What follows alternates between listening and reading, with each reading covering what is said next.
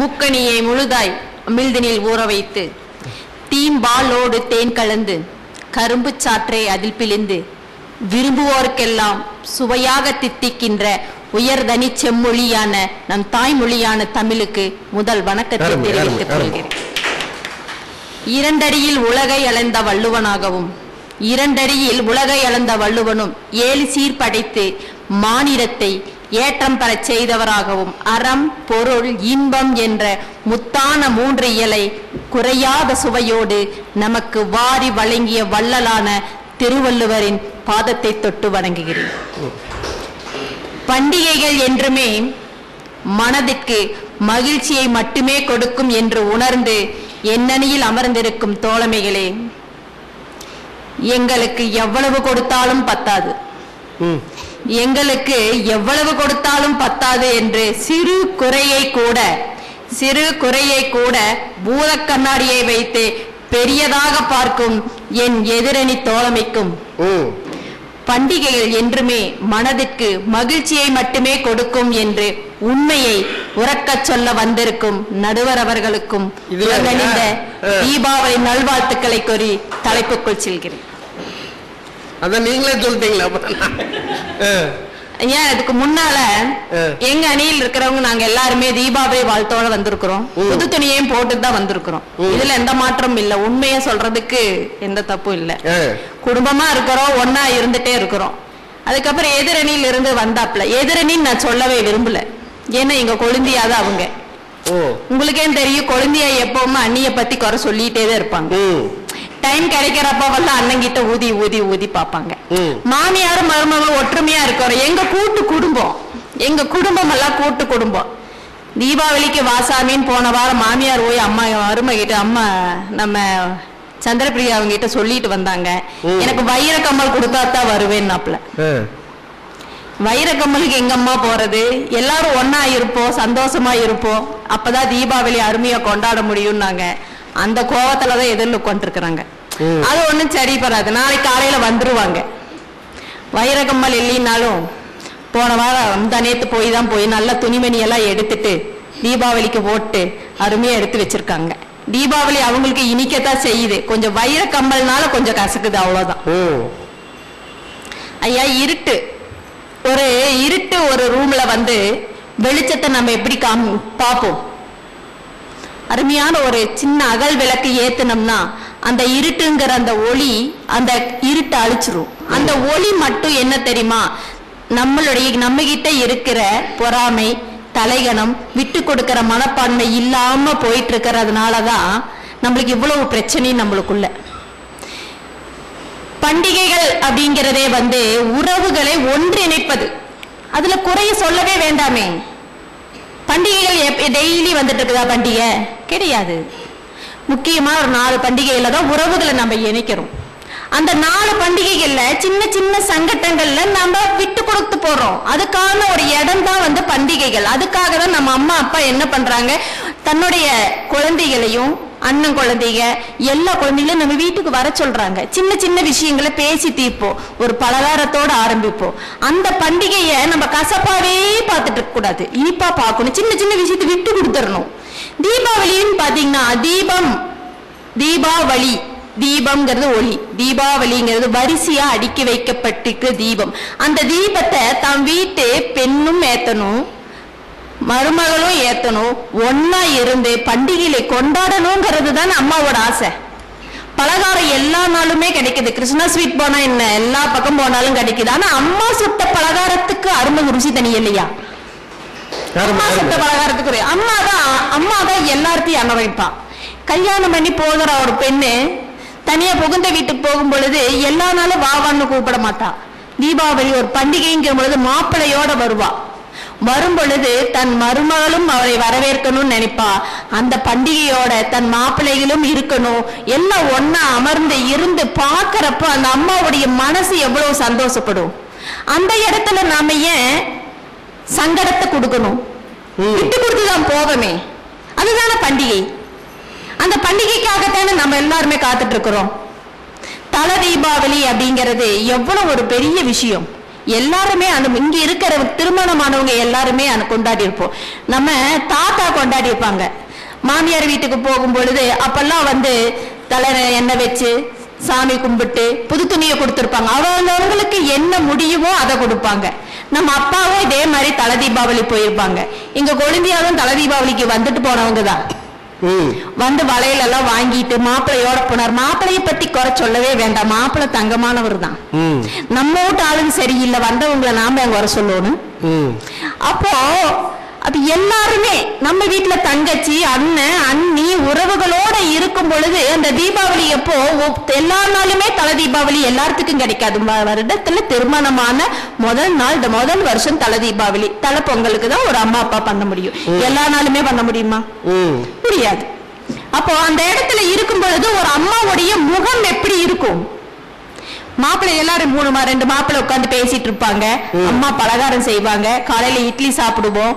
உறவுகளோட இணைஞ்சிருக்கும். குழந்தைகள் எல்லாம் ஒண்ணுக்கு ஒற்றுமையா பட்டாசு வெடிச்சிட்டு இருப்பாங்க. நம்மளுடைய சின்ன சின்ன மன குறைகளை எல்லாம் தீர்த்து வைக்கிறதுக்காக ஒரு நாட்கள். அந்த இடத்துல அப்பா சேர்ல, நீங்க எல்லாருமே பார்த்திருப்பீங்க, அப்பா அழகா சேர்ல உட்கார்ந்து பேப்பர் படிச்சுட்டு இருக்கிற மாதிரியே இருக்கும். ஆனா மனசு பூரா மருமகளும் ஒன்னா இருக்கிற சந்தோஷத்தை கொடுக்கிற இடம் தீபாவளி. தீபாவளி இல்ல, பண்டிகைகள். பண்டிகைகள் தான் உறவுகளை ஒருங்கிணைக்கும். நம்ம எந்த வருஷமுமே இதுதான் நடுவரை நடக்குது. மாற்றங்கள் நம்ம கிட்ட மாறி போச்சு. உறவு முறைகளும் பண்டிகைகளும். தீபாவளி எங்கேயாவது மாறி இருக்குதா? அது மாறல. பொங்கல் எங்கேயாவது மாறி இருக்குதா? அப்ப மாற்றங்கள் யார் மாறி இருக்கிறாங்க? நாம தான் மாறி இருக்கிறோம். மாற்றங்கள் நம்ம கிட்ட இருக்குது, நாம தான் மாறாம இருக்கிறோம்.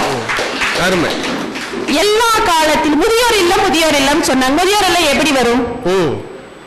அம்மா சொன்னாங்க கூட்டு குடும்பம் அப்படின்னா என்ன? முதல் கூட்டு குடும்பத்தை பத்தி குழந்தைய என்ன சொன்னாங்க? கணவன் மனைவி மகன் இருப்பது கூட்டு குடும்பமா? என்ன பேசுறாங்க? கூட்டு குடும்பம். மாமியார் மாமனார் அம்மா அப்பா எல்லாம் சேர்ந்தவங்கதான் கூட்டு குடும்பம். சின்ன சின்ன விஷயங்கள் சின்ன சின்ன சங்கட்டங்கள் இருக்கத்தான் செய்யும். இல்லாத இடம் எதுவுமே கிடையாது. சின்ன வயசா இருக்கிற நாம அதை விட்டு கொடுத்து போகணுங்கிற அந்த பக்குவம் நம்ம கிட்ட இல்ல. அதனால அவங்க எதிரணியில் உட்கார்ந்து இருக்கிறாங்க. மாற்றங்கள் நம்ம கிட்ட இருக்குது. முதியோர் இல்லம் எந்த தாய் தகப்பனும் முதியோர் இல்லத்தை தேடி போவது கிடையாது. அதே மாதிரி எல்லா அப்பா அம்மாக்களும் முதியோர் இல்லத்துலதான் இருக்கிறார்கள் என்பதும் சொல்வதில்லை. சில தவறுகள் நடந்து கொண்டிருக்கிறதுனால் அது அறியாமையினால பண்ணிட்டு இருக்காங்க. அந்த மாற்றத்தை நாம மாத்துவோம். ஒரு தட்டு நிறைய லட்டு இருக்குது. ஒரு இடத்துல சுட சுட தீ மாதிரி ஒரு தணல் இருக்குது. நீங்க எதை சூஸ் பண்ணுவீங்க?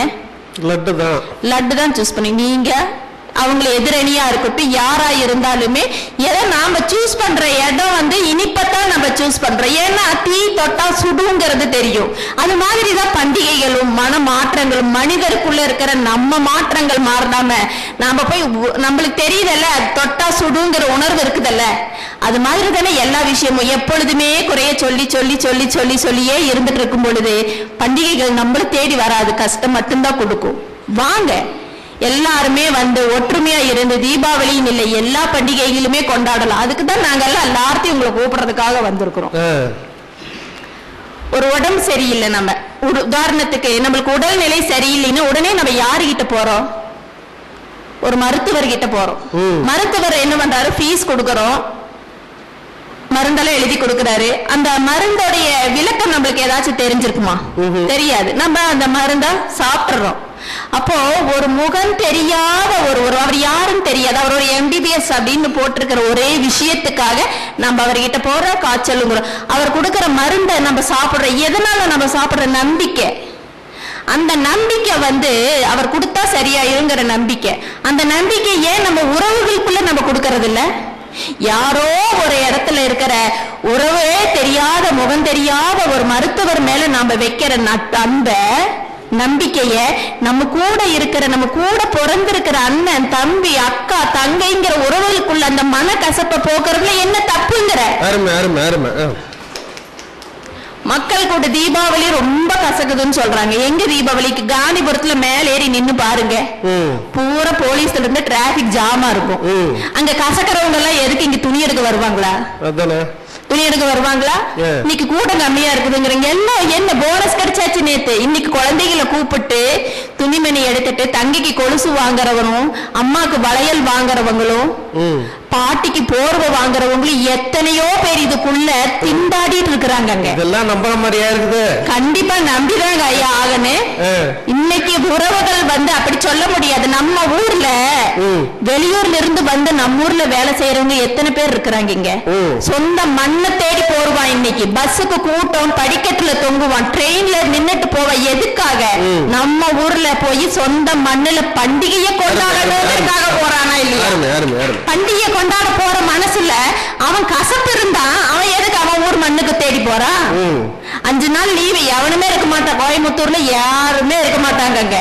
போகும் பொழுது அங்க வெளியில இருக்கிற பாட்டி எதிர்பார்த்துட்டு இருப்பா. தன்னுடைய பேரன் பார்த்து 6 மாதம் ஆகிறது, எனக்காக ஏதாவது ஒன்று வாங்கி கொண்டு வருவாள் என்று பாட்டி நினைத்து கொண்டிருப்பாள்.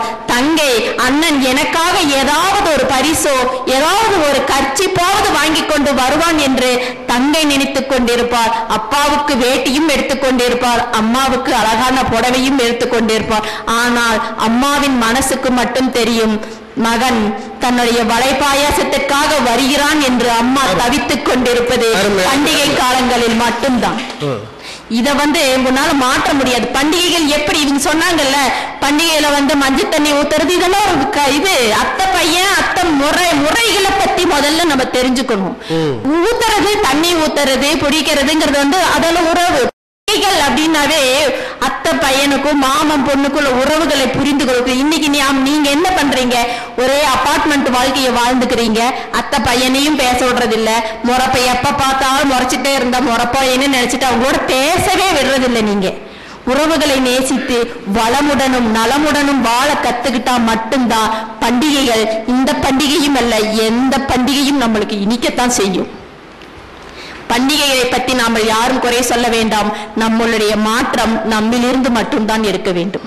ஆகையால் மத்தாப்பு சிரிப்பால் மனங்கள் நிறையட்டும், முத்தான நகைப்பில் முழு நிலவு ஒளிரட்டும், நித்தமும் இல்லத்தில் மகிழ்ச்சியே நிலவட்டும், பரிவோடு பண்பும் பாரினில் பரவட்டும், பிரியாமல் உள்ளங்கள் பிணைந்தே இருக்கட்டும், அன்போடு பெரியவரை வணங்கி மகிழ்ந்திடுவோம் என்று கூறி அனைவருக்கும் தீப திருநாள் வாழ்த்து கூறி மீண்டும் ஒற்றுமையுடன் வாழ வேண்டும் என்று கூறி வாய்ப்பளித்த அனைத்து நல்லுள்ளங்களுக்கும் நன்றி பாராட்டி விடைபெறுகிறேன். நன்றி, வணக்கம். இன்னைக்குதான் அவங்க என்னோட மேடையில் முதல் முறையா பார்க்கிறேன். பிரகாசமான ஒரு நல்ல எதிர்காலம் இருக்கிறது சகோதரி. ஏன்னா அவையார் சொல்றாங்க, ஆற்ற சபை 101, 1001 புலவர், வார்த்தை 10,000 ஒருவர்.